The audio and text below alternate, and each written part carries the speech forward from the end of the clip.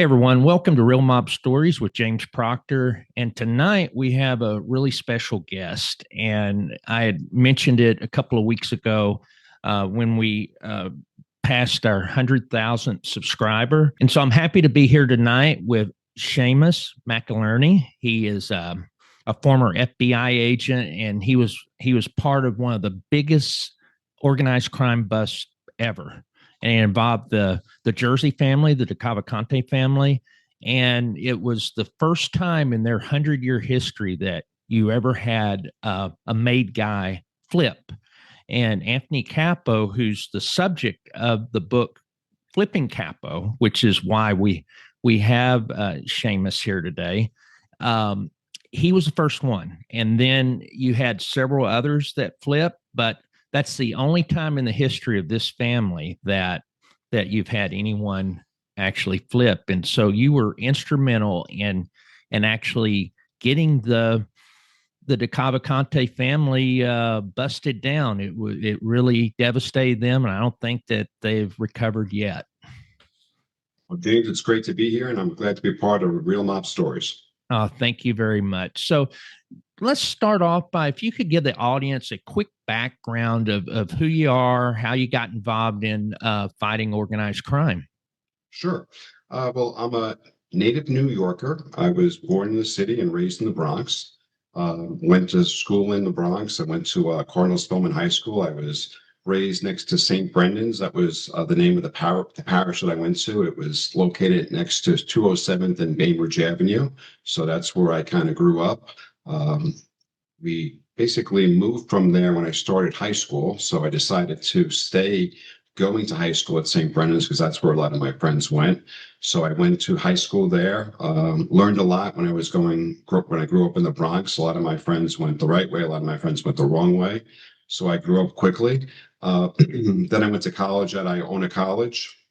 After I had gotten out of college, I really didn't know what I wanted to do. What I did though, after I got out of college, I basically worked for my father for 2 years. He had a gas station in the Bronx. He was great enough to actually not allow me to have any student loans, so he paid for my college. And as a way to reward him, to pay him back, I actually worked for him for about 2 years out of school. So I was kind of debt free, but I really didn't know what I wanted to do when I got out of college. So I got into banking. I kind of fell into that. I got into audit, and I actually worked in audit for a couple of years.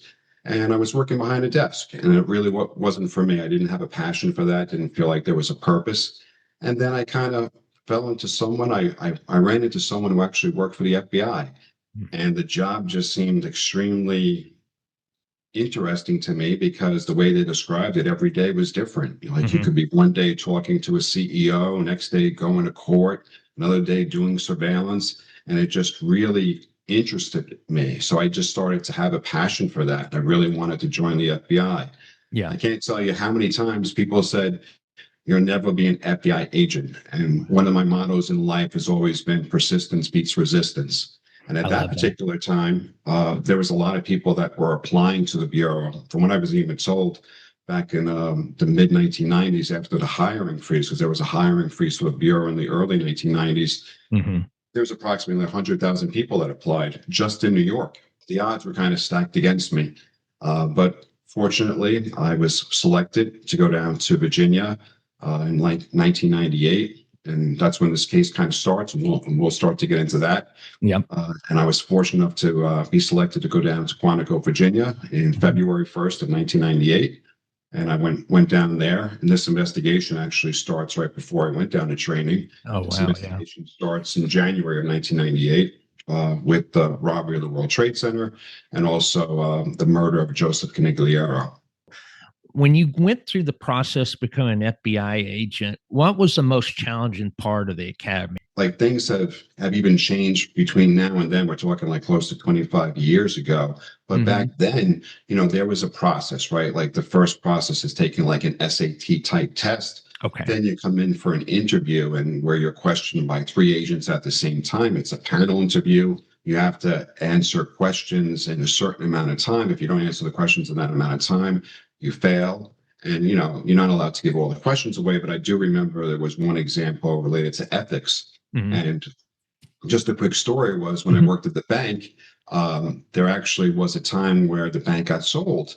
Mm. And when you have banks, you have safe deposit boxes, and they send a notice out to customers and to retrieve the property from the safe deposit boxes. There would be an inactive box, what it's called. So after a certain amount of time, if a customer doesn't go back and get their safe deposit box, the contents of the box goes to the state. Mhm. So we actually had a branch that was across the street from the World Trade Center. I believe it is Century 21 right now. The name of the bank was East River Savings Bank back then. So a colleague of mine named Bill O'Mara and I were tasked to go down to that branch and basically get the safe deposit boxes and see the contents that were left over from the clients who had not claimed their actual contents. So we went down there, and this is in the early 1990s. There was no security guards, there was no cameras or anything related to that. And we opened up some of these huge boxes that Mm. people had left behind. And one box was filled with gold bars, Mm. like literally gold bars that weighed a couple of pounds. And Wow. another box was filled with cash. And, us, we were young, we were just like clowning around, but we took the cash and stuffed it in our pockets, just joking around. And then we had that moment where he looked at me and I looked at him, and we just thought to ourselves, we could have taken that cash and we could have taken those gold bars, and no one would have known. Mm. So I use that as my example, as my ethics example to the FBI, Mhm. because as I said, we could have taken that. There was no cameras, there was no guards, there was no tracing that whatsoever. So that was Yeah. just one example where I could have went the wrong way, right? But I didn't, and he did the same thing.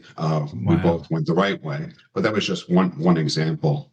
They do a background check, and it Mhm. was very scary when they did the background check because they actually come to your current job.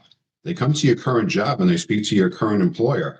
So Yeah. can you imagine if they did that today? If someone came to your current job and said, "Oh, they're looking to look for your future employment," your Mhm. current employer might tell you to leave today, right? So Yeah, that was kind of exactly. a weird situation. But I actually told my employer that I was going to try to be an FBI agent.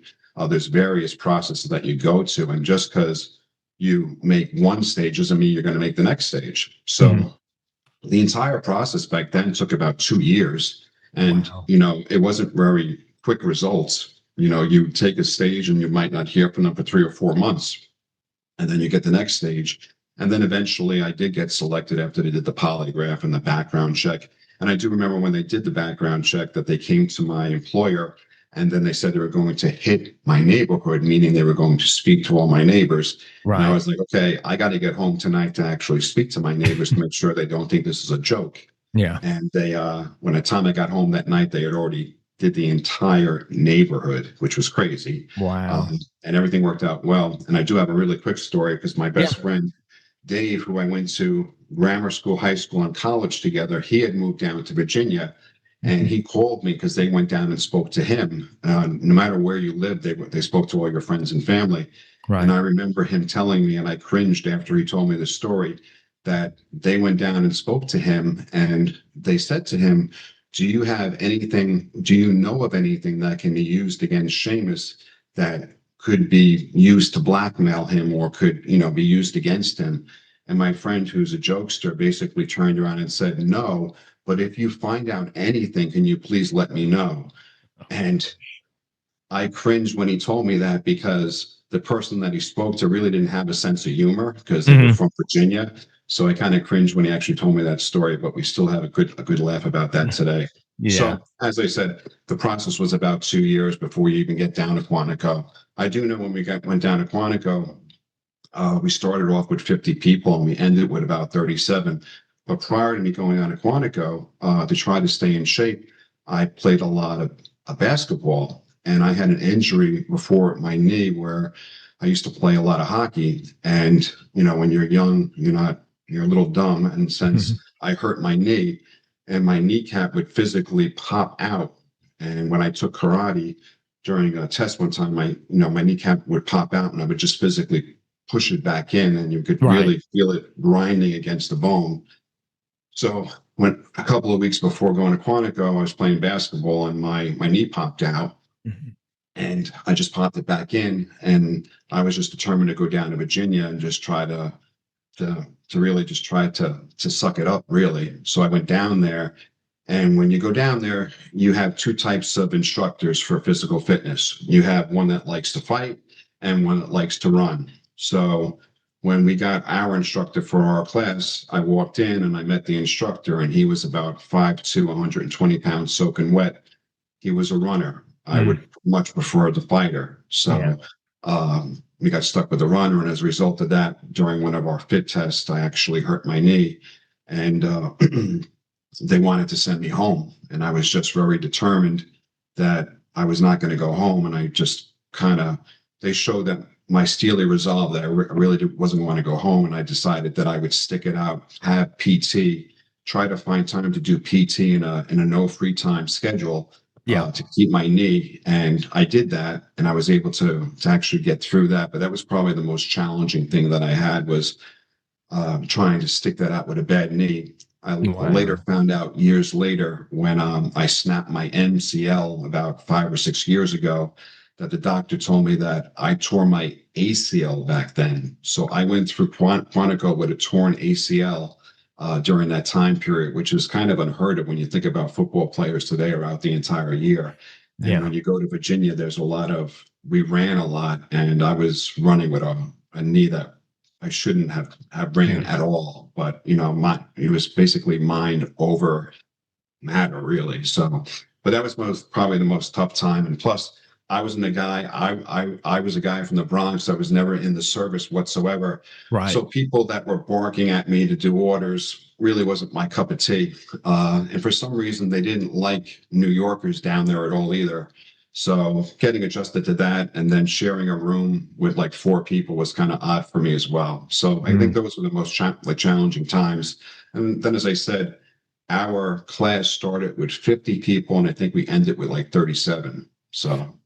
What was the reasons that people would leave? I know people would wash out different reasons. Like the first week or so, what they do is, because sometimes people just see the letters and they don't know what's behind it, right? That, there's a lot of threats, there's a lot of real life scenarios you deal with. So the first week you're there, they show you some real life videos that you're going to experience, right? So there's a lot of shootings that you see and the effects of that.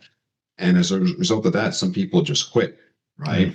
The second thing that happens is, when you're there for about 7 weeks, it's a hazing that you go through, where they tell you where you're going to be sent. So I was a single guy. I didn't get married until late in life, but I was a single guy. But after 7 weeks, you're kind of told where you're going to go. Yeah. Now, if you're from New York, there's a 99% chance you're going to be sent back to New York. But if you're from any other state, you're most likely not going to go back to that state. So can you imagine, after 7 weeks, if you're married with kids and say you're from Chicago, after 7 weeks, that night you go back to your room and you got to call your wife and say, hey, we're packing our bags in 8 weeks or so, and you're going to go to Texas. That's a big change, right? So you lost a couple people there, but then you lost a couple people because of the academics as well. They failed out. You lost a couple of people because of the physical aspect as well. So these things did happen, and as I said, I think we lost like 13 people during our course of time.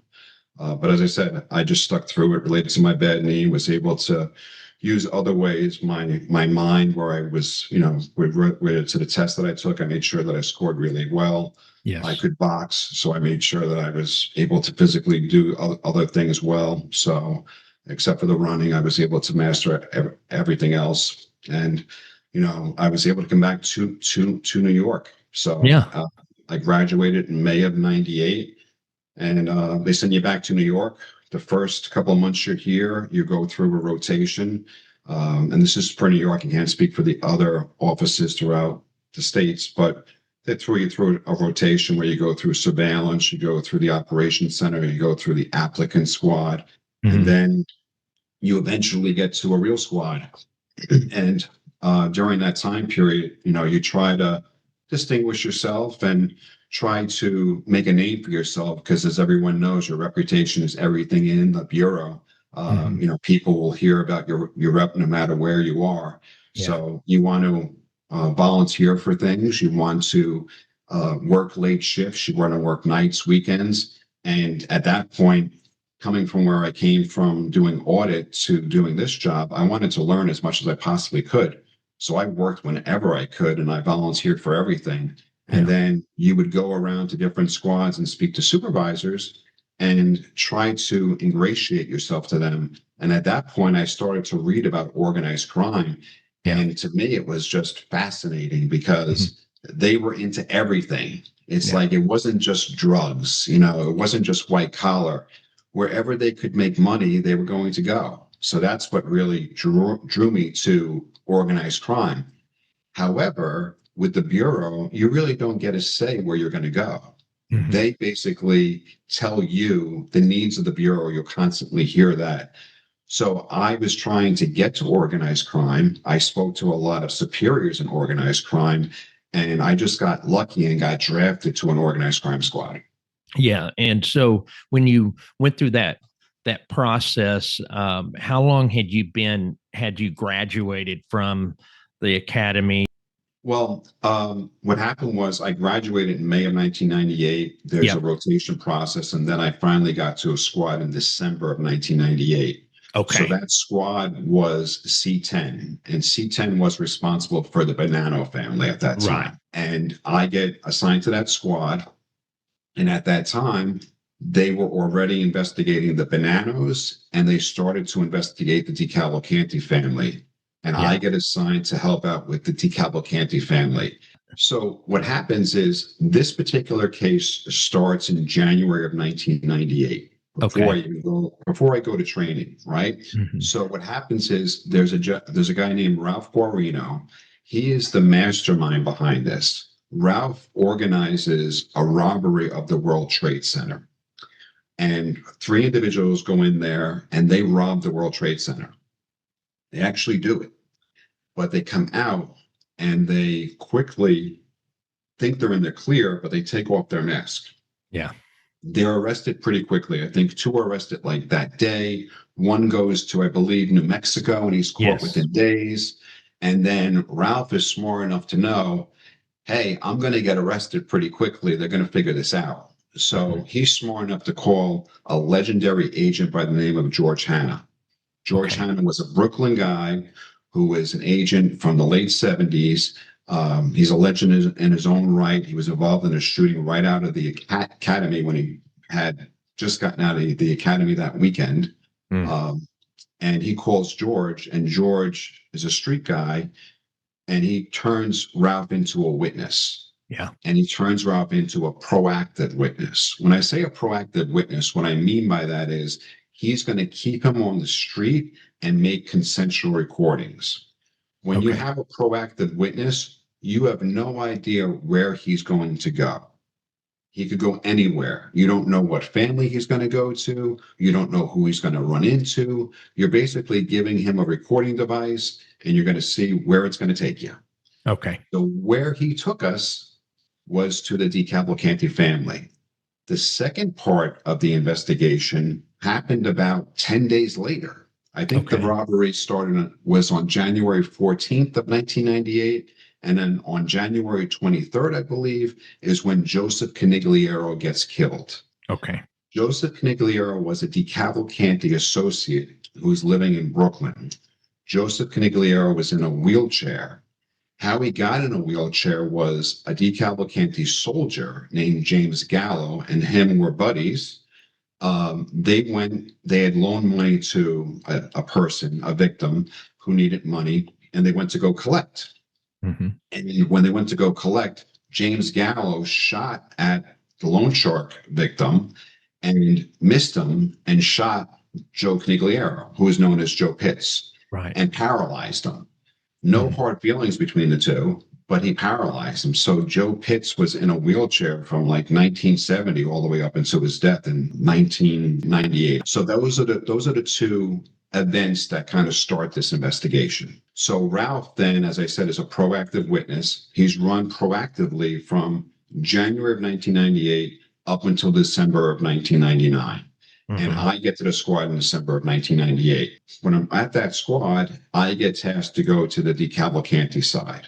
George, and it's a relatively young squad. The other half of the squad is working the Bonannos, And this turns into be a very historic squad because we're going to start to dismantle two families at the same time. On the Bonanno side, they're targeting the money faction of the Bonannos, where they're going after the money. They're using accountants. There's two agents, Kimberly McCaffrey and Jeffrey Sillett, who are going to track the money related to Messino. And then on our side, we have Ralph Guarino, who we're using proactively. Ralph, as I said, we're going to use him proactively, and he brings us to the Brooklyn faction of the DeCavalcantes, who we knew nothing about. The Bureau knew nothing about these guys, who happened to be Vinny Palermo, Anthony Rotondo, Anthony Capo, Joseph Scalfani. All these guys we knew nothing about. So that's how we start to how the New York FBI is going to take down the Jersey family. And we run him proactively for almost 2 years. What we have is we have him making about 300 recordings, and we have a dedicated surveillance team on Ralph. And the surveillance team is SO2. The team leader is Joseph Scanzo, and they could be on him like twice a day. He could be having recordings in the morning, recordings in the afternoon, and they do a great job where you basically have him being followed for 2 years and not getting burnt, right? Yeah. That's great work. As a new agent, you do whatever you're told, right? And for me, it was kind of get all the surveillance logs together, get all the consensual recordings together, put them in order, log them. I was pretty good with Excel, so I was able to put them in chronological order, make copies for the assistant, get them into the case file. And what that was actually doing was it was allowing me to learn the case and then listening to recordings. So I'm listening to recordings, I'm transcribing, I'm seeing pictures, and I'm kind of piecing this all together. My partner was Stacy Bowery. Me and her, she was a class behind me. We are learning together, and it was awesome. And as I tell people, she was the best partner I ever had. I would go through doors with her. I would trust her more than half the guys I worked with. She was that great. We basically worked this case together. George is our mentor, and the first round of indictments is in December of 1999. We take Ralph off the street at that point because there's starting to be whispers that he might be cooperating because they're starting to catch on, like, why is he still out there? Why hasn't he been arrested? He was the mastermind behind the World Trade Center robbery. We're starting to get whispers of that. So for his safety, you have to take him off the street. And that's when we have our initial arrest. So that was in December of 1999. And we so, 39 people from various families, because as I said, you never know where a proactive witness is going to take you. Right. And he took us through various families. And as a result of that, we're going to have a major indictment in December of 1999 of 39 people. I'm a new agent. I've only been on the squad for a year. Right. And I'm thinking, I'm hoping that I'll be on an arrest team. Right. I thought, fingers crossed.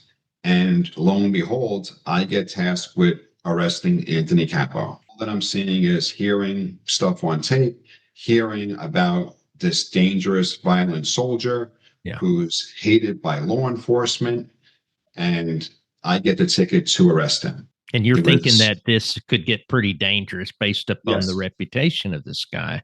Yeah. And I was dealing with some personal stuff at that time. Unfortunately, in March of 99, my dad was diagnosed with brain cancer. I'm dealing with that. He progressively was getting much sicker. They only gave him 3 months to live. And, he passed away in December of 1999, which we'll talk about because it was all happening all at the same time. So it was a lot to deal with. It was kind of crazy. But I get the ticket to arrest Anthony. And just watching George, how he treated Ralph Guarino and learning from him and how things go. I never met Anthony Capo before. So I was like, I'm not going to judge him. I want to learn as much as possible about him. And that's what I did. I studied for him like you would study for a test. I learned as much as I could about him, his date of birth, his social security number, where he lived, his phone number, his wife's name, his kids' names, everything I could, his parents' names, his sister, his siblings' names, the charges against him. So I wanted to know as much as I could about him. Yeah. And my goal was to try to flip him. Mm-hmm. Even before that, one of the, like back to the Joseph Canigliaro murder, Mm-hmm. we knew there was a gentleman named Mike Massa, where we tried to flip him before that arrest. Yeah. He just decided not to cooperate, and he should have been a slam dunk to cooperate. Mm. We knew that he was part of that murder, and we knew that why he would kill Joe Pitts, because Joe Pitts tortured him, he extorted him, and he just, we approached him and he said no. So you just never know who's going to cooperate and who's not going to cooperate. And then, as I said with Anthony, I was like, all right, I was determined to try to flip him. Yeah. And when we went to go arrest him, there's a whole, you do your checks and everything, make sure you have everything. The Eastern District also wanted to arrest Anthony Capo at that particular time. They had charges on him. So there was kind of a race to see who was going to arrest him. We were in the Southern District. Right. The Eastern District also had charges on him. We invited them to be on our arrest team just to make peace. Yeah. And went to go arrest him that day, I remember, and he wasn't at his house. Yeah. So all that planning you put into, and next thing you know, the plans are out the window. So now you're on the fly, right? And then we went to his parents' house. Yeah. And at that particular point in time, he had been doing a lot of drugs. So you could just tell he wasn't as big as he was supposed to be, and he wasn't as, he was in a different mindset, I'd say. But one of the things that I realized like right away was the relationship that he had with his family. I could see that, like there was a strong bond there. So I was going to use that to my advantage, right? You're constantly analyzing people, seeing how they are. And so we arrested him that day. He comes out, he's wearing a Dallas Cowboy jacket, which totally turned me off because I'm a Steelers fan. Yeah. Yeah. So we get him in the car. I had also known that he was a diabetic. So just to make sure, I had chocolate with me. I had orange juice with me in case his blood sugar got low. He knew that. He saw that as an olive branch to him, right, to make sure that I was a decent person. And I really think that he's had bad interactions with law enforcement before. And with me, he didn't. And I think that was a change of pace for him too, because it's a two-way street, right? He might have been a jerk to law enforcement, and law enforcement was probably a jerk to him. So I went on to be a supervisor and everything. I used to always tell the agents that work with me, don't make this personal. One day you're not going to have the badge, so don't try to be a tough guy behind the badge, and don't try to be a tough guy if you're not. These guys size you up within 5 to 10, real quickly. So don't try to be a tough guy if you're not. Yeah. So we get him in the car, and then the mind games begin, right? It's like I wanted to let him know that I knew everything about him, and which I did. I'd ask him his date of birth. Before he could answer, I'd tell him. His social security number, I'd tell him. Where, like his kids' name, their ages, their birth dates. So I wanted him to know that I knew everything about him. Then I would read him his rights. He'd invoke his right to counsel. So then that's what I wanted, right? I wanted him to do that. And there's a fine line, and it's like a lot of the agents don't know this. Okay, so now you cannot question him, right? He's invoked his right to counsel. That's what I want.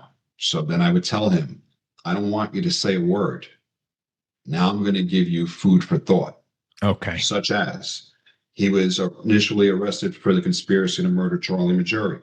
So the first thing I would say to him was say, you've been arrested for the murder of Charlie Majuri. Don't say a word. I don't want you to say anything. Look at me in the eye. Don't say a word, right? Now listen to me. You guys were going to kill Charlie Majuri. Your plan was to ring the doorbell and just shoot him, not do a ring and run. You were going to ring the doorbell and shoot him. The reason you didn't do that is because there was a cop on the block. And I was just say, stop. Then I would speak to the driver. Hey, Brian, what's going on? And just let him think. Little food for thought, right? Then there was another charge he had, which was a stock fraud charge, where back in the old days, right, you would rent a mailbox and it would say suite, it would say a suite. So the common person would think, okay, that you had an office, right? So I would tease him about that. So just make him think about things, right? And then we stayed together the entire day. So going back and forth, But during that car ride, one of the things that we talked about was my phone rang. Well, what I have to do is I have to call in and say, I got target number 3 is in custody, Okay. right? Mm-hmm. And then we started to hear people were not in custody, meaning they weren't at their house. Mm-hmm. So he would hear that. Yeah. And then he threw like I don't know if he was throwing me a bone or if he was Yeah. trying to be a smart ass or what, but he goes, we knew you were coming. And we were like, So that was a and big that, shock for you yeah, then yeah. at So, that and point. he, Yeah. and that's all he said. He said nothing else. Hmm. So I don't know if he was trying to be coy, like give me a little shot. You know what I mean? So, I got away from him at some point and I told people, I was like, hey, he just said they knew we were coming, that we might have a problem. Mm-hmm. Right. And then it started to circulate that a lot of people weren't at their houses. Right. Yeah. And there's different ways that you can play that. And the sense is, okay, you're not at your house. So then the bad guy might turn themselves in. It's a way for them to make themselves look good so they get bail. Right. I Yeah. wasn't at my house. Okay. I'm going to voluntarily turn myself Turn in, hoping that himself I'm going in. to get Yeah. bail. Uh-huh. So then we kind of knew we had a problem. We didn't know where the problem was coming from. We didn't Yeah. know who the source of the problem was or anything like that. Yeah. But we knew we had a problem. So he gets arrested. We spend the whole day together. There's a lot of banter back and forth. Right. When you go through like pre-trial, that's when like the government speaks to you. I'm not involved in that. And that's a Right. way for you to try to get bail. And they'll Mm-hmm. ask you all personal questions about your assets. And again, I don't even see that. Uh, but they're trying to see if you could possibly get bail. And, I told them, it's like, I know you don't know me from Adam, but don't lie to them because if you have any opportunity to get bail, you have to be very truthful with them. So Yeah. he was looking at me like, okay, am I trying to play him? Am I being like truthful with And they him? weren't going to give any of those guys bail, right? A lot of them didn't get bail, but he hadn't been through this process in a while, so he didn't know. But he Right. was like, I was showing him that I was being a decent human being. You know what I Yeah. mean? Like I wasn't going to treat him like a schmuck.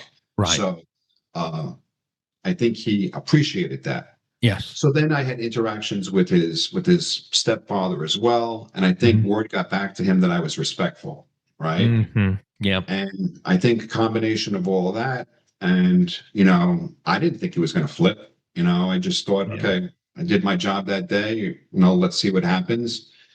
And then I don't know, it was a week later, I got a call, Mm. which I was floored. It was like a Thursday night or something, and his lawyer called me, and I almost fell off my And you had chair. to get a different lawyer for him, right? Well, At that point. initially, it was his initial lawyer. Okay. I forget his name, was David Ironman, I believe, was his initial lawyer, and he called me.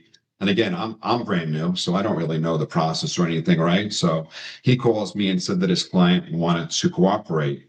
I immediately called the assistant, and she knew I was brand new, so she was very concerned as to what I might have said. So I said I was going to call you. Like in these like types of situations, less is more, right? So Mm. I said I didn't say too much just to put her at ease, and I told her that I said we'll be in contact. I was going to speak to you, and then that starts the whole process, right? And what I try to do in the book is kind of explain things because I Yes. think a lot of times in these books, from what I've seen, things aren't explained. Like, what is loan sharking? How do the process works? What's a proffer? When you talk about trials like direct examination, cross examination, the rules that go into that. And, that's something that one of the reasons why I wrote the book too is like, I love it. I've never seen a book that has that type of detail that actually explains that. I mean, I couldn't put the book down, as you know, well, thank you. but the proffer, you went over a lot of that information. We hear the words, the buzzwords and Right. stuff, but no one's ever pointed it out to that level that you did, and it was just fascinating to understand that. And it made sense too once I heard Yeah. it. So what happens is you have a proffer, and Yeah. from the government's perspective, what it's called is it's called Queen for a Day, where you bring Mhm. someone in and they have to tell you all their crimes, right? And it's a very unique process because it's time sensitive. It's not Yeah. like you can get out of jail and you have all this free time. It's the bad guys know if you're missing from jail. So it's very time sensitive. And what you try to tell people is you can't be half pregnant, right? It's like Yeah. you have to come and you have to basically tell everything. And this is not, and what we used to tell Anthony or all the witnesses, don't hold the golden type of nugget. Make sure that if you have something, you have to give it up. Don't try to hold something for like the last type of moment. You have to give it up. So he came in and he was raring to go. And so this is my like first real proffer with like a May guy. And I'm sitting down with an assistant. I'm sitting down with George Hanna, legendary agent. I'm sitting down with Kenny McCabe, legendary Southern District investigator, and me. And I know I'm brand new. Less is more. Keep your mouth shut. Let them talk. So I give an example about a proffer that I learned in training, right? You know, I want to say something. And then he comes out and the first thing you want to do is make them eat the indictment it's called. And what that means is you want the defendant to admit the crimes that he's charged with. Yeah. So that if things go south, at least you know that he's admitting his role in the crimes that he's charged with, so that you got that right. Okay. So even if it doesn't happen, even if you don't get an agreement, you can still use that confession. Right. So okay. If he lies at a later date, the whole thing with the proffer is as long as you don't lie. If you lie, then we can use things against you. Right. So that's the first thing you want to do is make sure you lock in what he's initially charged with, and as a sense of comfort that you got things right. Right. So that's the first thing. Exactly. And it's gauging if he's telling the truth. Right. So that's the first thing you want to do. So he eats the indictment. He tells us that, yes, he's involved with Charlie Majuri. He's in charge of the stock fraud. And then he starts to talk to us. And he tells us the first thing is the Fred Weiss murder. And he tells us about John D'Amato. We didn't even know about John D'Amato. Wow. And then he just tells us a little bit about the leak because we don't have a lot of time, right? We don't have a lot of time to talk about this because there's a window. And then, you know, we look at each other, we have to huddle and basically decide, is he telling us the truth? We agree he's telling us the truth because he just told us about 2 murders that we don't know the details of. Yes, we know Fred Weiss was killed. You know, a very horrible day that we think about another event, which happened to be 9/11, right? 1989, I believe he was killed, Fred Weiss. He tells us we knew that Fred Weiss was killed. He was left on the street. But we didn't know the details of it. We knew Capo was involved because of a lot of the mistakes that were made related to the murder. And he tells us about John D'Amato, and he tells us about the leak. So those are 3 great aspects. Can you explain the leak so that? So there was an alleged court reporter in the Southern District that was feeding information to Genovese Captain Fritzy Giovanelli. Yep. And Giovanelli was providing the information to Anthony Rotondo, to Vinny Palermo, and why later on, one of the reasons we were taking Ralph off the street because we were getting whispers that they were going to kill Ralph. And later on, it comes out, you know, when we speak to Vinny, is that Vinny wanted to kill everyone during that time period.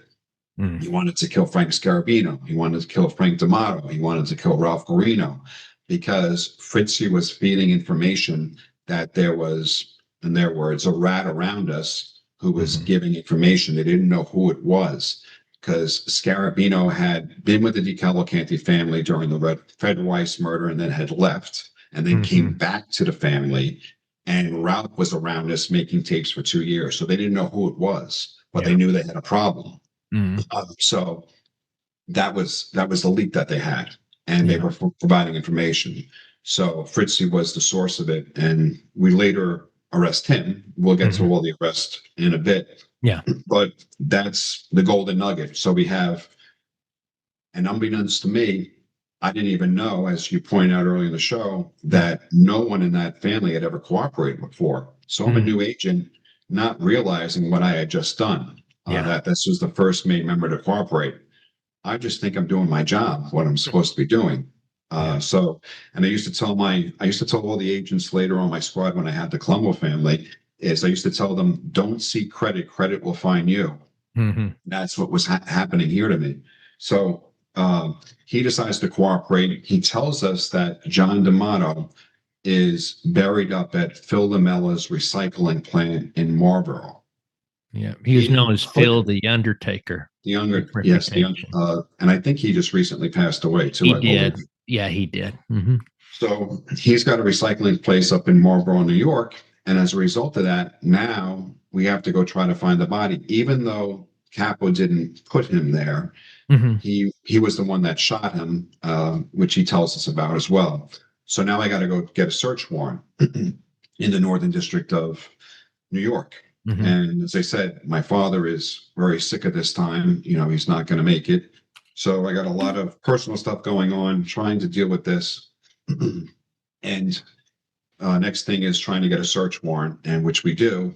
And in Phil LaMela had actually redid his place. First of all, it was a vast area. And was very successful in my career related to body recoveries. I think in my career, I've been able to be part of teams that recovered 5. Oh, wow. And we could be in a small room and not find a body. It's very hard to find a body. But in Phil's location, it was a vast area. Not only a vast area, but he had redone his structure. So we did a search there. And came up with nothing. I think we found some bullet shells or something, like a casing or two, but we didn't find anything. So I'm thinking, did this guy play me? You know, am I being played? And then I had to logically think about it and say, this area is so wide, he could still be here. You wouldn't find him. It was just too big to search. So we didn't find anything, and you know, the next step is, unfortunately, my dad did pass a couple of days later. And it was really surreal because Anthony found out that my dad passed, and he called a funeral home when I was there. So it was really bizarre when you think about it, because I told his mom that I'm going to be out of action for a couple of days. Yeah. And it was a really sincere gesture on his part. Right. It was just a little eerie that I happened to be in the funeral home when he called. You know, when you step back and think about it, 2 or 3 days prior, I was trying to find a body, and here I am with my dad. So it was kind of eerie, but it was a nice gesture on his part. You know, I have to say that. So, you know, here we go. I get through that, and lo and behold, a couple months later, Vinny Palermo decides to cooperate. So we go from having no one. So now we have a soldier and an acting panel boss decides to cooperate. Then we have Victor DiChiara is out there. He hasn't been picked up yet. And we go approach him. And we are going to arrest him on conspiracy to murder Charlie Majuri as well. And I remember he lived in Long Beach. We go, we arrest him, and I basically told them that this is not the problem you have to work out. This is not the charge you have to look out for. It's like, what you got to look out for. Someone told me that you said, shoot him again. And he knew what I was talking about, John D'Amato, because that's what he told Capo to do after he shot John D'Amato. So we get him to flip. So now we have 3 cooperators in, I don't know, 5 months. So we debrief all of them. We get them to plead guilty. I think Capo pled guilty in June of 2000. He pled guilty to 2 murders, I think 11 murder conspiracies, which is a lot. 11 murder conspiracies. Yeah. And then every crime you could think of, from robberies, assaults, drugs, extortions. He pled guilty to a lot. Vinny pled guilty in October. And I think Victor pled guilty in August. So we get Anthony into the WITSEC program. We get Victor into the WITSEC program. We get Vinny is held at a safe house, which requires 24-hour-a-day protection. So there's a lot going on. As I said, the squad is split in 2, where now they're rocking and rolling with the Bonanno family. We're using all the resources of the organized crime branch to watch Vinny, because it's a 24-hour-a-day protection. I can't say where he was held, but, you know, it wasn't down the block. I'll just say that. So Right. it was a nice drive.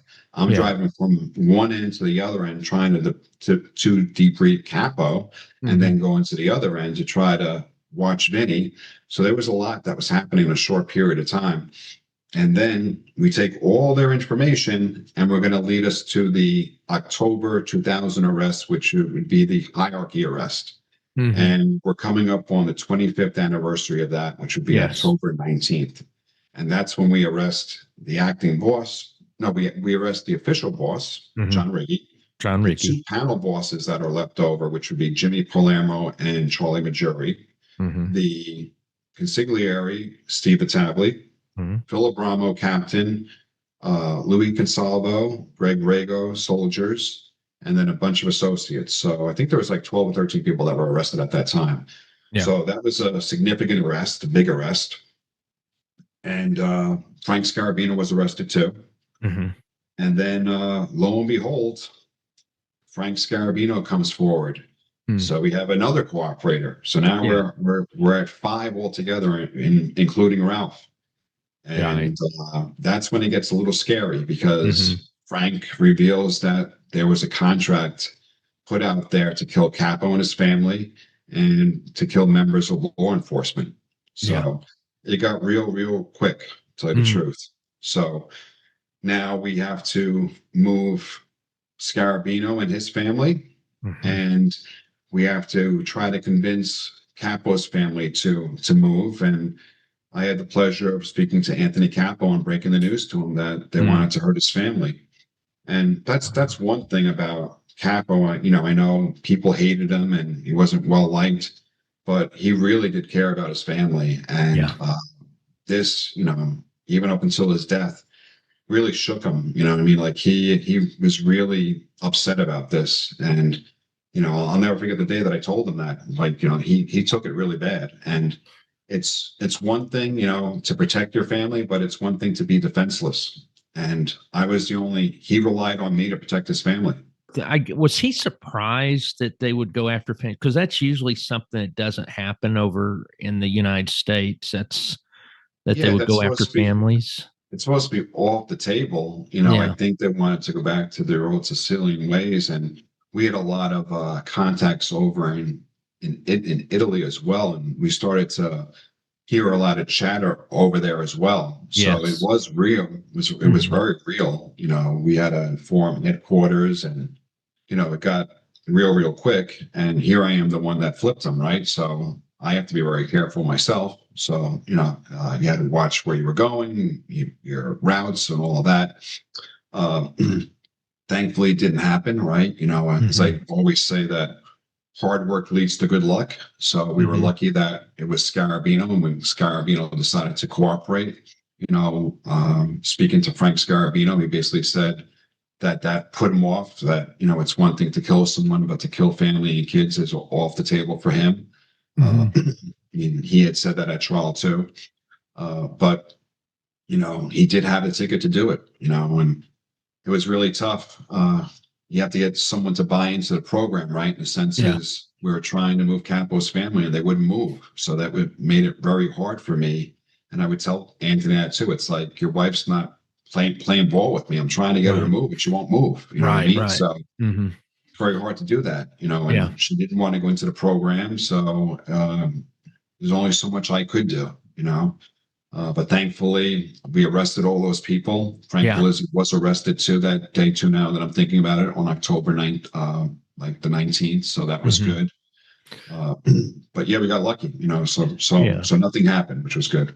And you got one more person that flipped, I believe, Anthony Rotondo, right? He ended up. Well, so even before that, after that arrest, then a gentleman who was part of the early December 99 arrest, this guy Tommy DeTora, he decides to cooperate because he's seeing everyone cooperating, and he knows it's just a matter of time for him, where he was involved in the Joseph Canigliaro murder.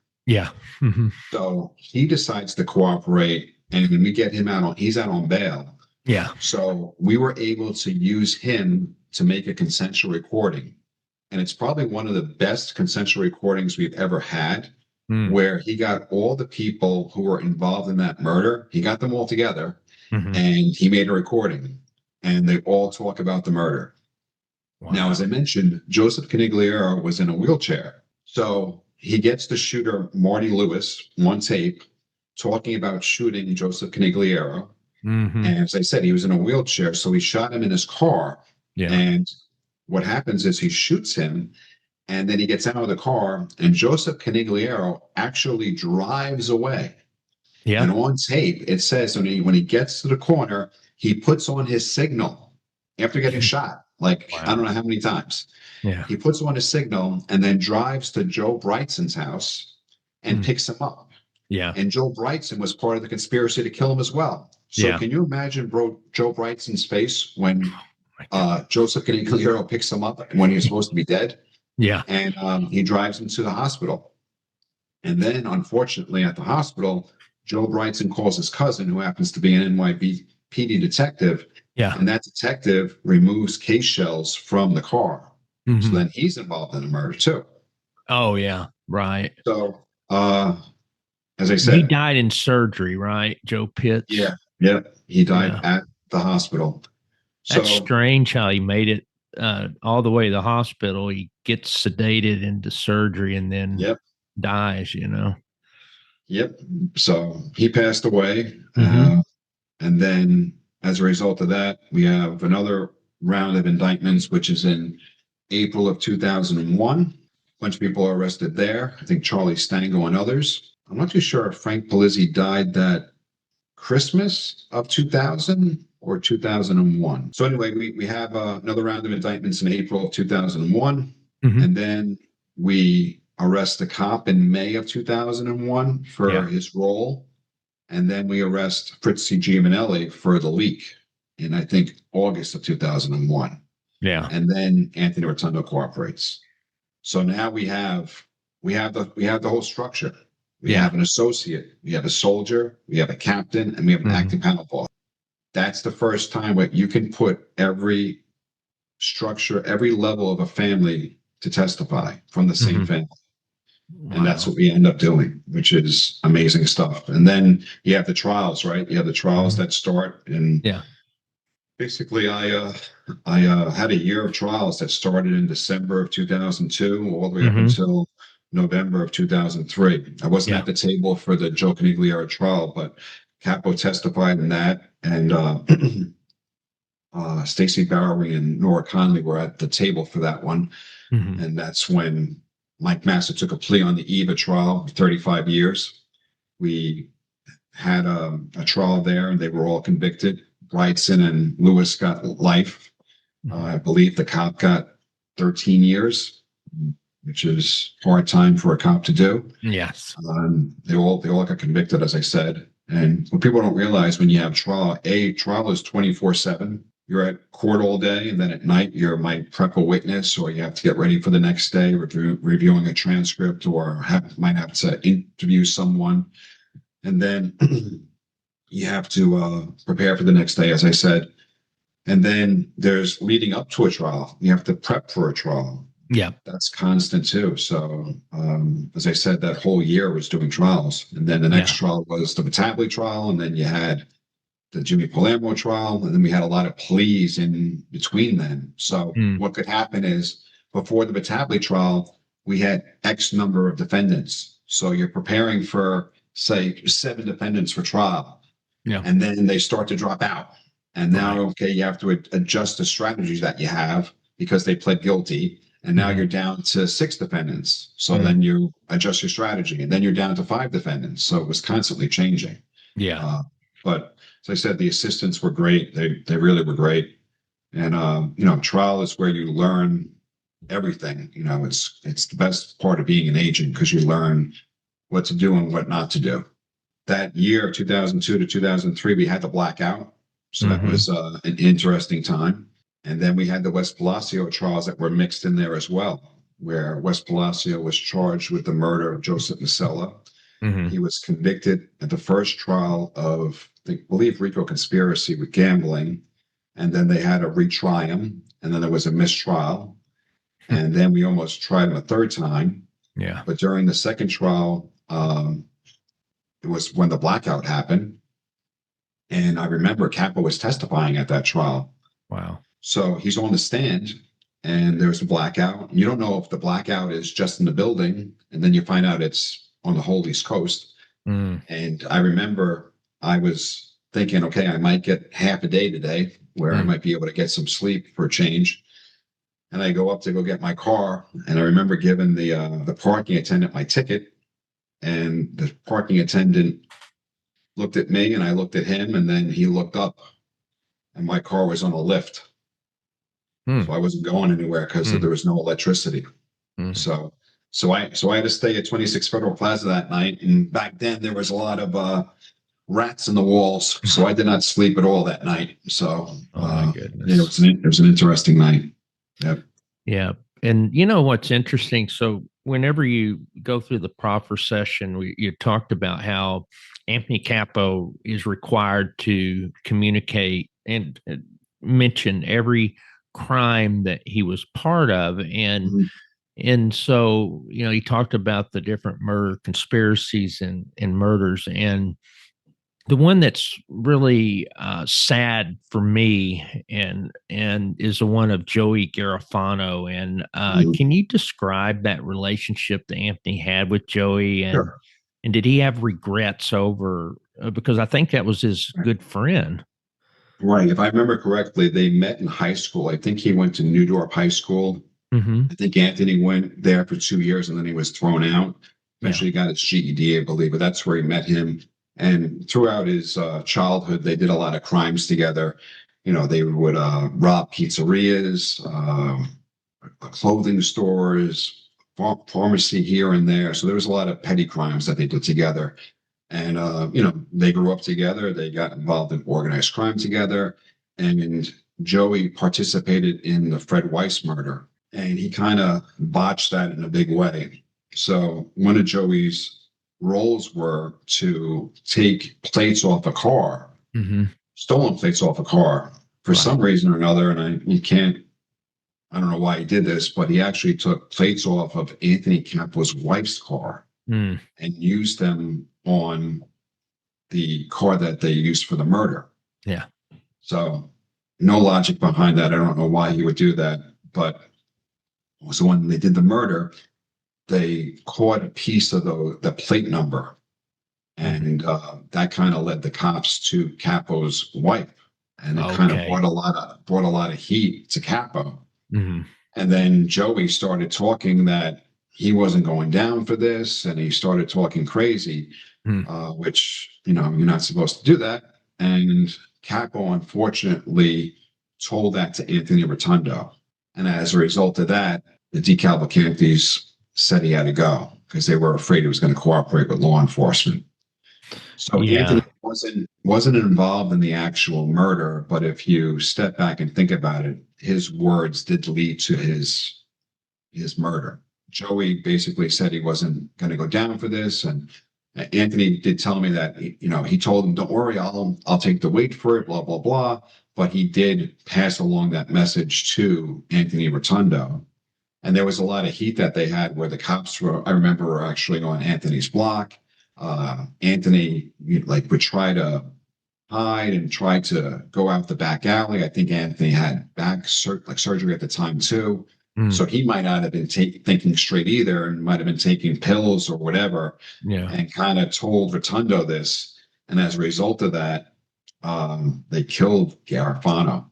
You know what I mean? And I know maybe he was trying to put it out of his mind, but he really didn't come to grasp with it. You know, I think it wasn't really, he really didn't deal with it until close to the indictment. And then when I was, when we got kind of closer during the debriefing session, what I used to always tell people too, a happy witness makes a good witness. Yeah. And if you get them comfortable, they'll start to tell you things that they wouldn't tell someone if they weren't relaxed with them. So when I remember there was one time we started to talk about this, and then it started to really come out, and you could see that it really did affect him. And I remember there was one session we were just talking, because I would meet him a lot. There was one session we were talking, and it did hit him that Mm. he, in essence, got his friend killed. And he would tell me that he would have nightmares at night because of this whole thing, and he takes full responsibility for it, but he knows that he got his best friend killed.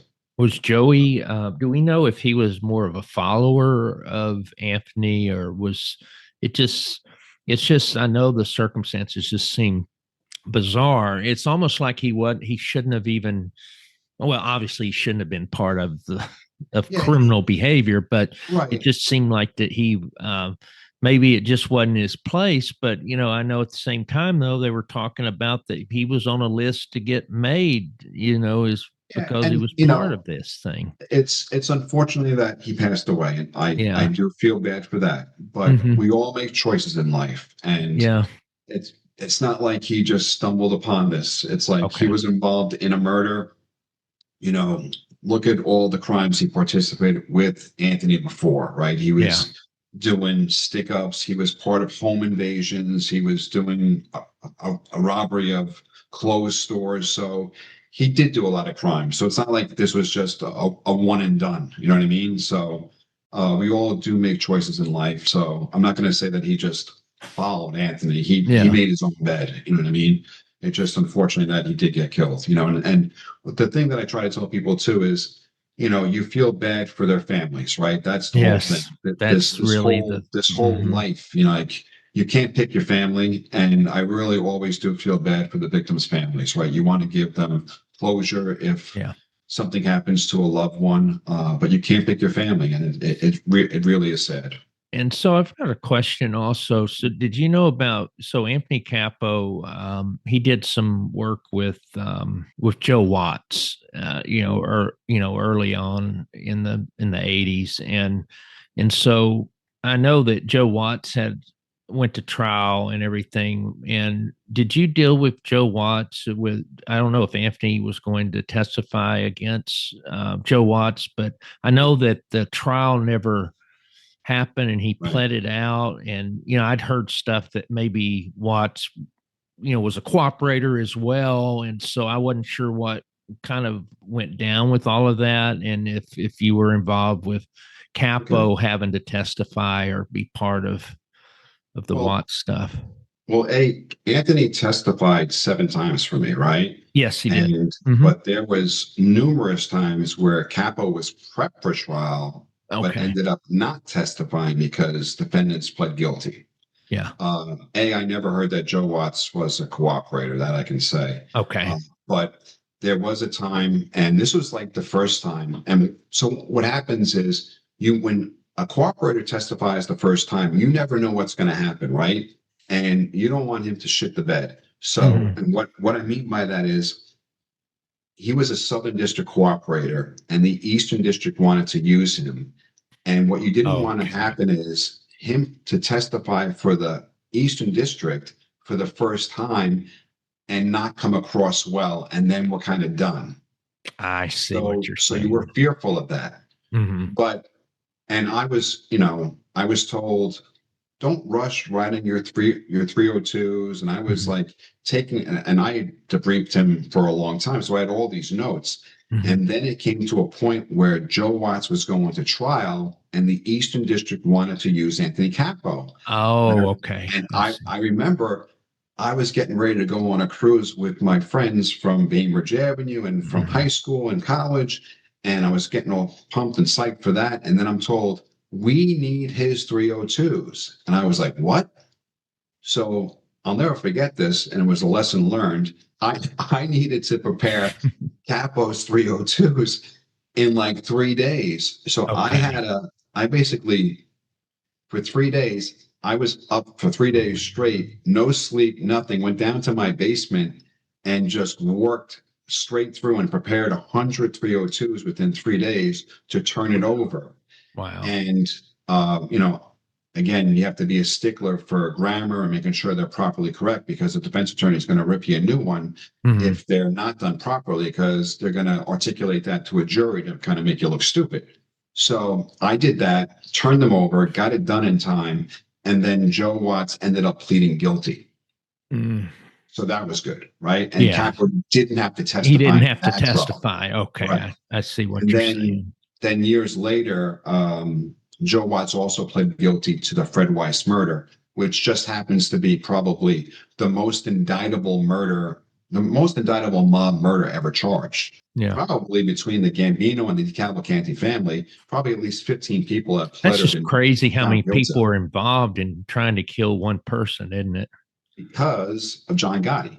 John Gotti wanted Fred Weiss killed, so it was a race to kill him. So, and John Gotti was using John D'Amato to do it, and John D'Amato basically wanted to be in favor of John Gotti, so it was a race. So he wanted the DeCavalcantes to, get their accolades, and so it was a race to do it. Yeah.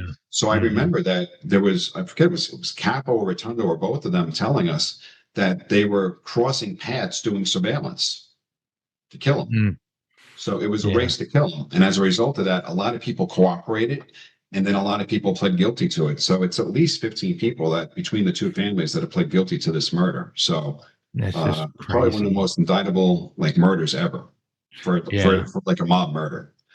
What do we know about Anthony's relationship with John D'Amato? As far as we know, obviously, D'Amato gets whacked. And so what do you know about this whole story of D'Amato may being gay? Do you think it was true, or maybe that was made up because they were upset about D'Amato being so close to the Gambino family? So I just want to get your thoughts on all that. Well, before that, I know that John D'Amato and Anthony Capo were very close, and John D'Amato wanted Anthony Capo part of the Fred Weiss murder so that Anthony could get straightened out. Okay. So that's the first thing. Okay.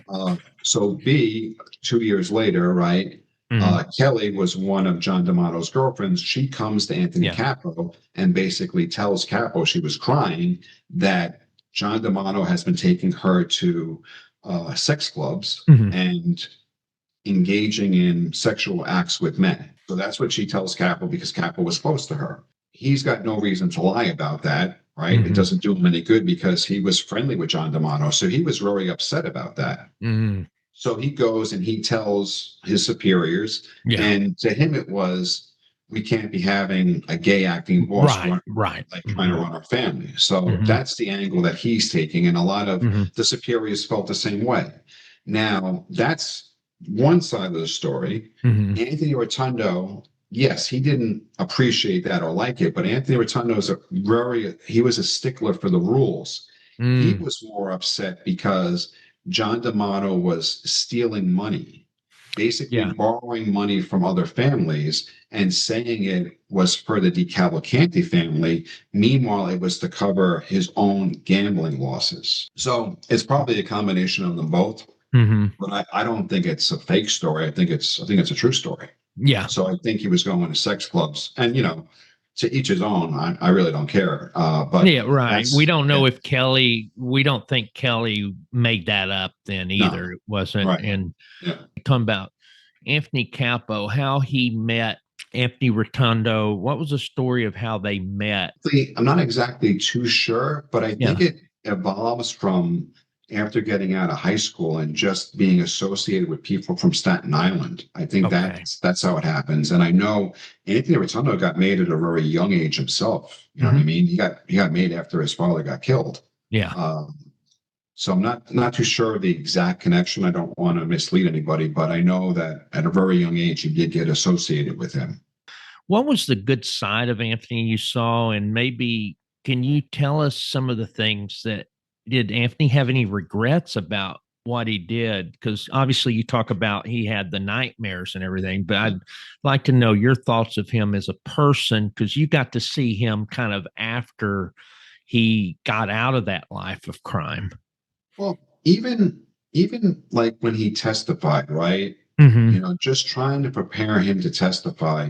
Like one of the biggest things is don't fight with a defense attorney, right? Just getting into to learn that, like Anthony did a lot of drugs. So if you look at some of the transcripts from trial, he did a tremendous job just changing that aspect, not being compatible with the defense attorneys. Like You Yeah. know, he kept on saying that he's a work in progress. So he Mhm. realized that. Yes, he was hated by a lot of people, law enforcement, even a lot of mob guys as well.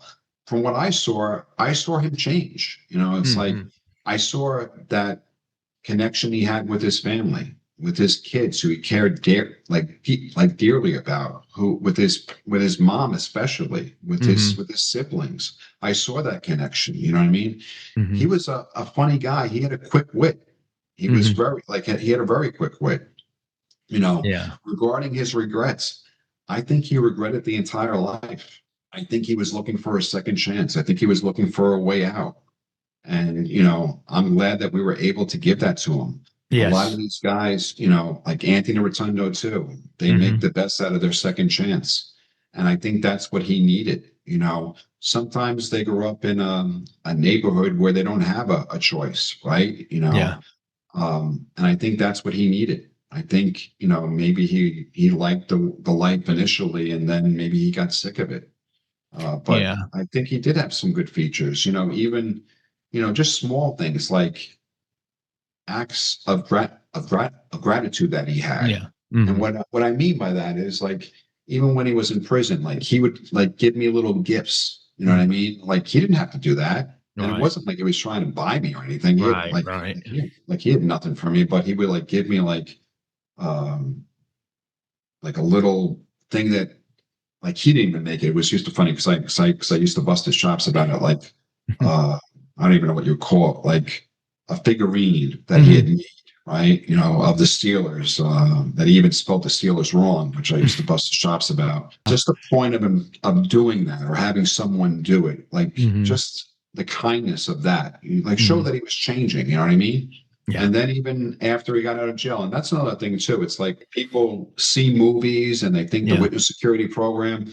There's a jail you go to. You just don't go into the to a new life with new ID. It's like there's phases that you go through, and there are prisons throughout the United States that are called WITSEC prisons. So you just don't go and get a new ID. There are facilities that you go to first, and you have to do a certain amount of time there before you go into a different phase of the WITSEC program or the witness security program. He had a quick wit, and you know I Yeah. think if he wasn't in the mob, what could he have done? I think he could have been a salesman. I think he had the gift of gab. I used to tell him that he could sell steam shit to a blind man. You know what I mean? Mhm. So I think he could be a salesman.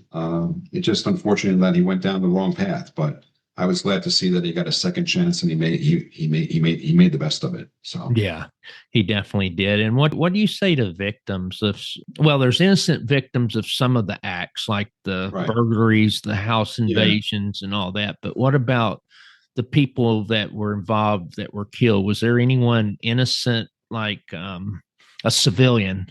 Like not that I can think of in other Yeah. families, yes, Hmm. the Colombos, yes, there were a couple there, and it's like, Yeah. just to put it on the record, I don't condone any of the violence. I always feel for the victims. It's Yeah. really tough when you have to speak to the victims' families. Hmm. As I said, you can't pick your family.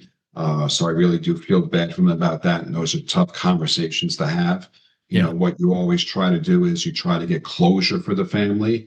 You can't bring their loved one back, but hopefully you can give them types of closure. Yeah. I remember with the Bonanno family, there was a, a murder that we solved that was like 43 years old, where a guy was killed in 1969, but we were able to bring closure to that family. So Oh, it's never wow. easy, but at least you can get like closure for the family. Mm. And it's unfortunate, right? In the mob, it's like I'm an Irish American. How can Hmm. I infiltrate the mob, right? That's kind of a joke.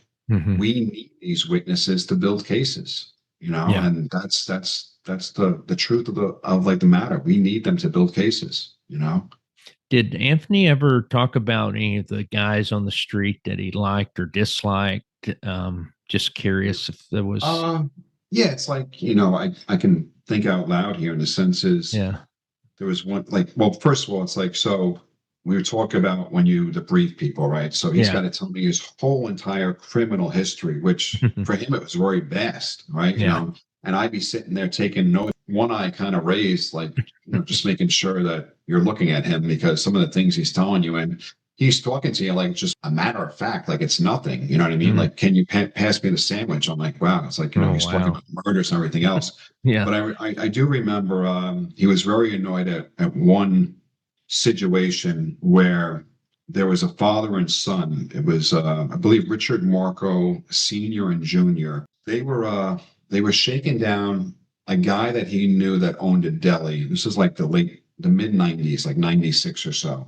Okay. And that the guy that owned the deli called Capo for assistance. So Mhm. Capo had reached out to Marco Sr. and I guess they had a phone conversation. And Marco Sr. was very belligerent to Capo, and Capo back then had a very short fuse and basically threatened Capo. So Capo was like, "Who the hell is this guy?" And this is his version, right? That he told me, but he had no reason to lie to me, right? Yeah. So he started to snoop around and find out, who is this guy with someone. So I think he went to Wild Bill from the Colombo Yeah. family, Yeah. and Wild Bill was like, "He's not with us. Never heard of the guy." Mm. So he never heard that he was with the Colombos, never heard he was with anyone. And then suddenly he got a call to go see Tommy Bellotti. And Tommy Bellotti is the soldier with the Gambino family. He reported to Louis Valerio from what I remember. Yeah. So, and he knew Tommy Bellotti, and Tommy Bellotti was a pretty tough guy from Staten Island. Yeah. Yeah. You're talking about Joey Bellotti? Oh, yeah, Joey Bellotti. I'm sorry. Joey. Yeah. Yeah. Yeah, I yeah, know. yeah, right, We right. know Yeah, what you mean. yeah, Yeah. yeah. So Tommy got killed. That's right. I'm Yeah. sorry. So he was supposed to go meet him, Mhm. and he spoke to Vinny Palermo and was like, "Do you want to come?" And he goes, "No, I'm good," because he actually knew him. Mhm. So he met him in Staten Island, and when he goes there, the Marco father and son are there, and for some reason, Joey Bellotti was told or thought that Capo said F Joey Bellotti. Oh. The Marcos must have told Joey Bellotti that. And as a result of that, Capo and Joey Bellotti had words. And then Capo was like, "We'll settle this another day or something." And I guess he started to walk away, and Joey Bellotti hit him. And then, according to Capo, Capo hit Joey Bellotti back. So Mhm. you have two May guys hitting each other, which they're not supposed to do. No, they're not. Then it gets worse. Then the two Marcos, father and son, they start hitting Capo. So you Oh, got two okay. guys who are not made hitting a made guy now, Mm. which in essence should be a death sentence, Yeah. right? It's going from bad to worse. Exactly. So Yeah. Joey Bellatti's smart enough to see, tells them to cut it out, to stop, Mhm. because they just crossed the line and they're going to have a serious problem. Yeah. So kind of fast forward, I think Capo gets out of there. He goes, he speaks to Rudy Ferrone, who he was very close with. Yeah. And he used to always tell me too, he goes, if Rudy Ferrone was still around, he might not have cooperated. It was Mm. interesting. So he goes to Yeah. Rudy and he goes to Vinny and I think Anthony Rotondo, and then they're plotting to basically kill Joey Bellotti and both the Marcos. And Mhm. then kind of fast forwards, and I think they end up having a sit down. Mhm. This goes over time, and I think Steve Atabli is there and Jake Amari, when I remember, and they don't like the result of the sit down because the result of the sit down is basically Joey Bellotti and Anthony Capo have to shake hands. That's Mhm. it. Yeah. However, the Marcos are not brought up. So Hmm. there's no resolution to the Marcos, meaning they're fair game, meaning that Capo can still kill them. Ah, I see. And that was an open murder conspiracy until he was picked up. You know, what I heard was, and I don't know where Capo heard from, they were putting tractor trailers around their house to protect Oh. themselves. It was, who knows if that's true or not? I don't know. But that was open until he got arrested. But he didn't like those guys at all, and it was probably because they disrespected him.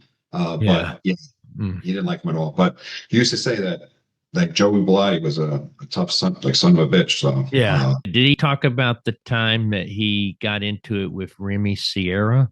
yeah, I think that's a story that flies around Staten Island and every other place Yeah. to show you what kind of a lunatic he was, right?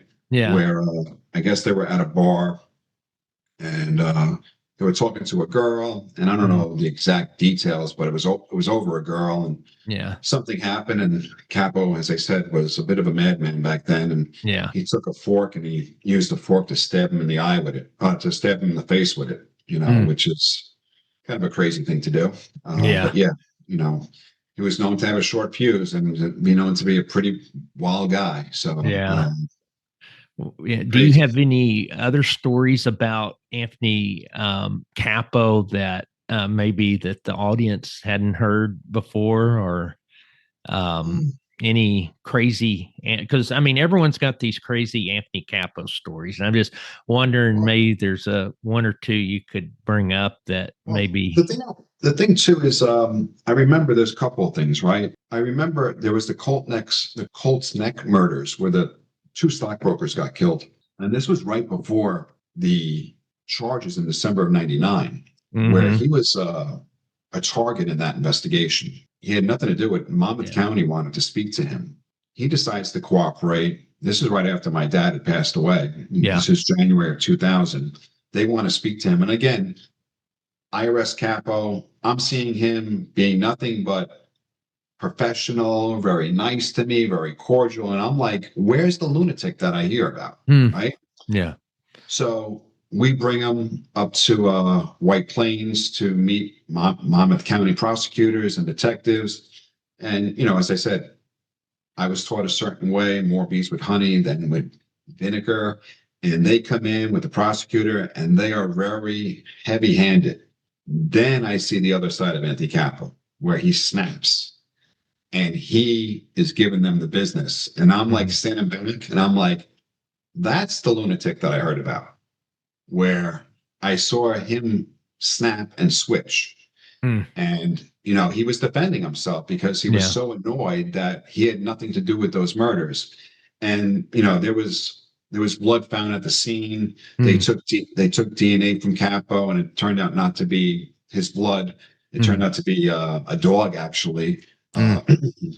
But he was cleared of that. So he had nothing to do with it. And it's like when you look back in hindsight too, it's like, why would he come in and tell us about the murder of Fred Weiss, tell us about the murder of John D'Amato, all these crimes, and not tell us about two murders that just took place? Didn't make any sense. But yeah, that was me seeing the other side of him. And then as I said, the other side too, like he got annoyed when the threat about his family too. He went through different stages related to that. There was the emotional stage, and then there was the anger stage, right, where he was angry about it. So, did he talk about? I'd always heard his mentors growing up that he had, not growing up, but in the mob, that he was in Mickey DiPietro's crew originally, and then he was close to a guy named John Pate with the Colombo family. Is that true? Or yeah, from what I remember, he actually, I think he went to the Colombos for a short period of time. And then, if I remember correctly, that's when Anthony Rotondo's father got killed. Yes. And then after Anthony Rotondo's father got killed, Anthony wanted Anthony Capo to come back to him. Yeah. So Anthony Capo went to John Pate and said, could I be released and go back to Anthony Rotondo? And John Pate said, okay. So I do remember that. So he was with the Colombos for a short period of time. To me, when I read the book, and this is just my opinion regarding Vinny Ocean, I just thought that it was interesting. Some people tell everything when they do the 302. That's what you're supposed to. But he kind of did what I call a crime of omission, where he didn't talk about his assets. And did that almost bite him? Right. So what happens related to that is, we're at trial. The defense attorneys bluffed us. They basically said, oh, Vinny has money that he hasn't told you about. They had no idea what they were talking about. They literally bluffed us. So we go back and we speak to Vinny, and Vinny said that he gave some money to his children. And it was one of those things of being literal, where play on words, and we were really, really annoyed. and the assistant, John Hillebrecht, did an unbelievable job. We were still on direct examination. And just for the audience, what happens is on direct examination, you put your witness on and you want to get everything out so that the defense doesn't get any of your dirty laundry out. So on direct examination, you get everything out related to your witness. So John was almost finished with direct examination on Vinny and was still able to get that out.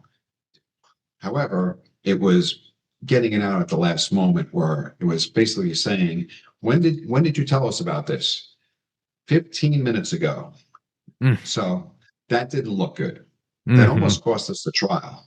It was really bad. Wow. So we were really, really annoyed about that. Yeah. But John did a great job trying to dance with the jury on that. I think the jury did pick up on it. Wasn't good at all. We ended up convicting all those guys. Yeah. As a result of that, we remanded Vinny. We put him back in jail. He stayed there for quite some time. And then when he was sentenced, the judge remembered it as well. So, yeah, we didn't like that at all. And as you said, it was an omission on his part. Yeah, sure. that makes sense. And so what happened like with Anthony?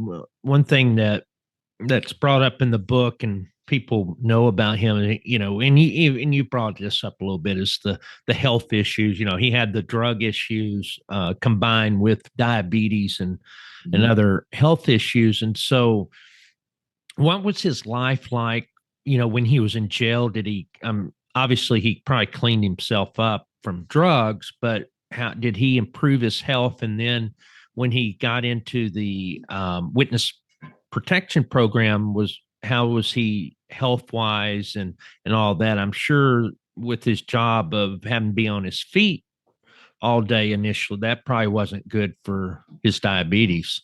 Right. Well, from the day that I saw him get arrested, he wasn't in good shape at all. And then, you know, I guess prison did help him because he got the meds that he needed. So that was good. And he was able to test his sugar. So that helped a lot.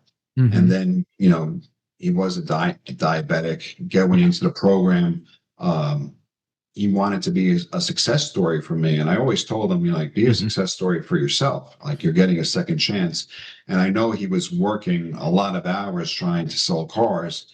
And as a result of that, I think he kind of let his health deteriorate and it hurt him. And I think, you know, the diabetes really kind of took effect there. And I think, you know, he might have lost some toes, maybe, I think, related to the diabetes, which is unfortunate. Yeah. So he really wasn't taking care of himself that well related to that aspect.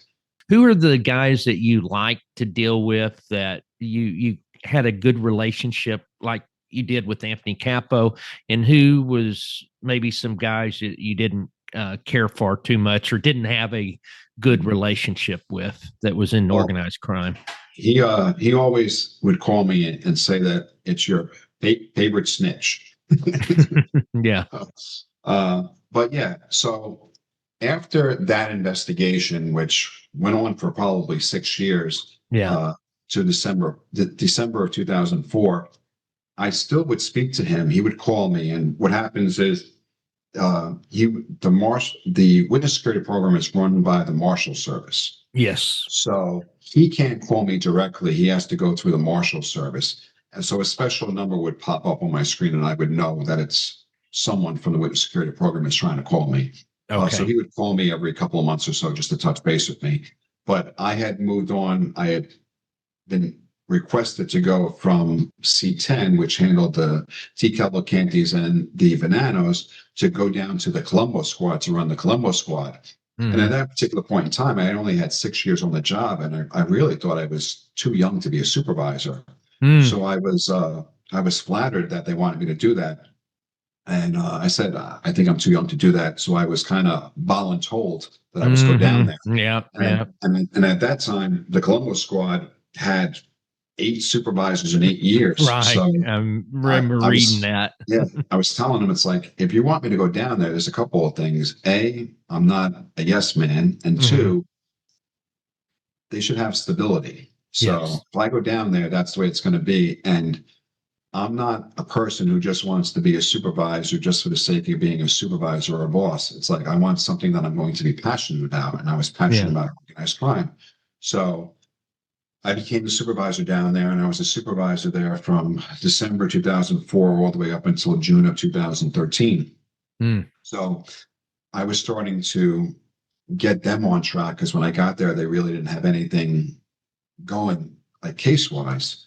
So at Yeah. that point, I couldn't run Anthony Capo. I had Hmm. to release him to somebody else, but they would always speak to me to make sure that they were handling him in a proper way. And then he would always call me. Hmm. For Christmas, every once in a while, I speak to his parents or his Yeah. sister or his mom to touch base, but I wasn't like handling him or trying to run him Right. because as a supervisor, you couldn't run a source. And Right. that's back from the old days. I don't know if you remember a guy named Linda Vecchio. Oh, yeah. Because of that, Hmm. yeah, because of that, you couldn't run a source. So, and I was actually going to the squad that Linda Vecchio ran years ago. So that Yeah. was ironic. Uh, so I got to that squad and I was basically running the Colombo family. Just from the DeCavalcantes, I kind of liked them all. I liked Anthony Capo. I liked Anthony Rotondo, Frank Scarabino. I didn't deal with Ralph too much because that wasn't my witness. Right. Uh, George Hanna basically dealt with him and controlled him. Hmm. So Tommy Nator, he was fine. I didn't Hmm. really have any problems with any of those guys at all. Yeah. Vinny, even though I didn't like what he did, I didn't have an issue with him. I thought he Yeah. was fine. So I didn't really have a problem with any of the DeCavalcante guys. Yeah. Um, the Bonanno guys were fine. I dealt with Salvatale. Dealt with Joe Messino. I was on his arrest. Yeah. Um, they seem fine. So when I Hmm. went to the Columbus squad, that's the next phase of investigations I do. We get there, we really don't have a lot going on. The first Right. case we do is Guy Potato. We Hmm. operated him and Yeah. directed him against Sonny Frances. We do Yes. that. Hmm. And then that leads us to our first big arrest in June of 2008, where we Hmm. arrest Sonny Francis, Tommy Gioli, Dino Calabro, Joe Caves, Mike Catapano, and some associates, Yeah. and Dino Saraceno. Hmm. And what we do is we arrest them in June of 2008 and we wait, right? We want to see who's going to flip, if someone's going to flip. Hmm. And lo and behold, Joe Caves decides to flip, Hmm. which we never thought of. You And didn't that think he would was, flip. yeah, Yeah. of all people, we didn't think he would flip. And the agent Hmm. responsible for that was an agent named John Fallon. And Hmm. that was based upon the relationship that he built with Joe Cave's wife. And again, Oh. just being respectful, Hmm. where just real quickly, he had a subpoena Hmm. and he was going to the house and the wife was exiting with the kids and he decided not to give the subpoena in front of the kids. And Mm. she saw that and he let the kids get on the bus. And then he saw her at a Dunkin' Donuts, served the subpoena there. She remembered that and thanked him for being respectful. Then Joe gets arrested. He's the team leader on the arrest. Again, very respectful. He takes some items. I forget what it was, his phone or something. And I used to be a big proponent of that. Take a couple of items because always gives you the opportunity to go back where the Yeah. circumstances are a little different Right. and the emotions are a little different. And then suddenly in September of that year, 2008, Hmm. he decides to cooperate and she gives him a call. And then me and John Fallon go out there and speak to her. And she basically gets him to cooperate. And Wow. that was the game changer. Joe Case cooperates. He Hmm. basically, during his first proffer, you talk about Anthony Capo, Yeah. he tells us about three bodies Yeah. where they're buried. Hmm. So we go out and we talked about Wild Bill Catolo there. We find Wild Bill Catolo. Okay. We, Carmine Gargano, we find him, pieces of him, and Richie Greaves was the other murder victim, but we don't find him. Then we have proactive witnesses, which we make probably 1,800 recordings in 7.5 years, which is That's a lot. unbelievable because we had Hmm. to change our philosophy where juries weren't just now believing what witnesses were saying, they wanted to hear recordings. So we Mm. did that. And that leads us up to January of 2011. Okay. where now I spearhead the largest Mafia arrest in the Bureau's history, where we arrest 127 people that day.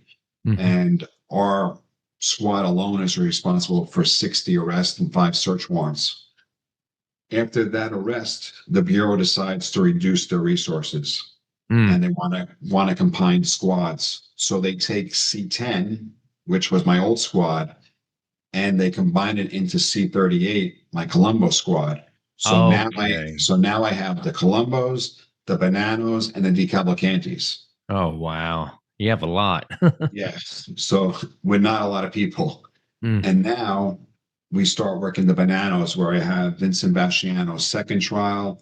Yeah. And then, as you were just about to say, Vincent Assaro's case. So we solved that 43-year-old murder that we talked about, the guy, Paul Katz, and the Lufthansa heist, where Vincent Assaro was outside with Jimmy Burke related to the heist.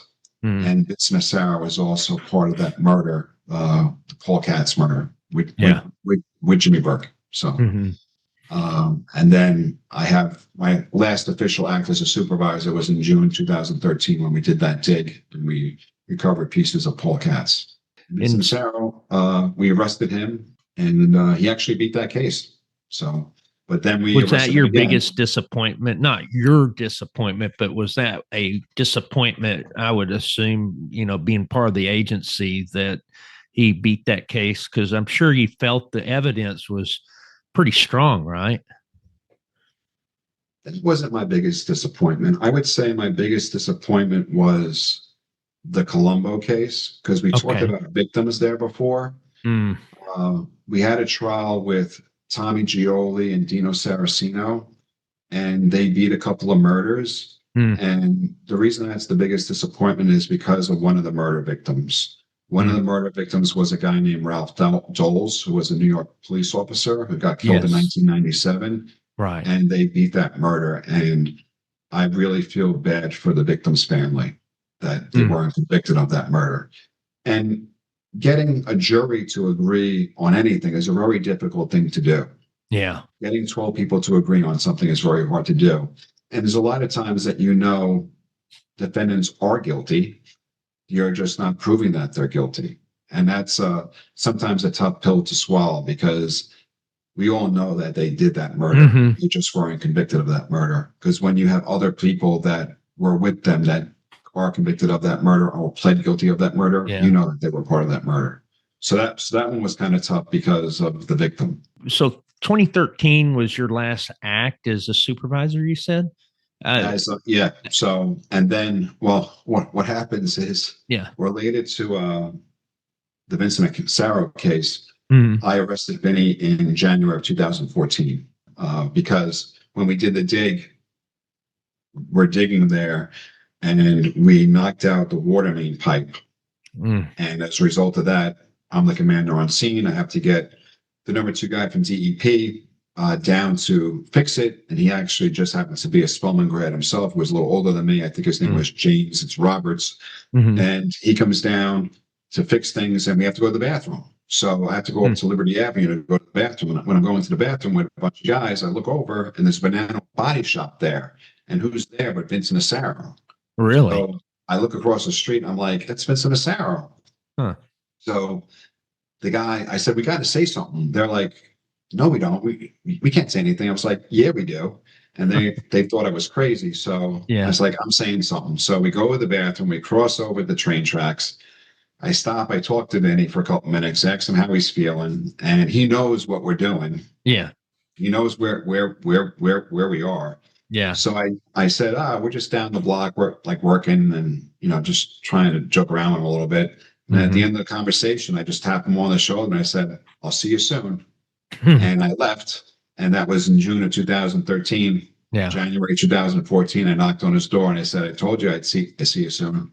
Yeah. And he thought it was the funniest thing. He went back into back at 26 Federal Plaza. He told all the guys, he goes, that mother effer, and blah, blah, blah. I was like laughing about it. But he had a great sense of humor. Yeah. He was pretty brutal when he was younger, though, I heard. I heard. Yeah. So when did you actually retire from the FBI? with the Bureau, they implemented a policy where you could only be a supervisor for 7 years. So Okay. it's called step up or step down. So Okay. meaning step up, I had to go down to Washington for 2 years. Okay. And if I did that, they could send me wherever they wanted to. And the Yeah. next level, I wouldn't make any more money, like meaning Really? Oh, zero. goodness. Yeah. So I'd just be getting promoted for a title, which didn't mean anything to me. And my wife wasn't going to move. So I wasn't going to do that. Yeah, that So wouldn't have I been good. decided to challenge myself and step down and work cases again. So Okay. they wanted me to go up to Westchester to Mount Vernon to a violent crime squad and work gangs.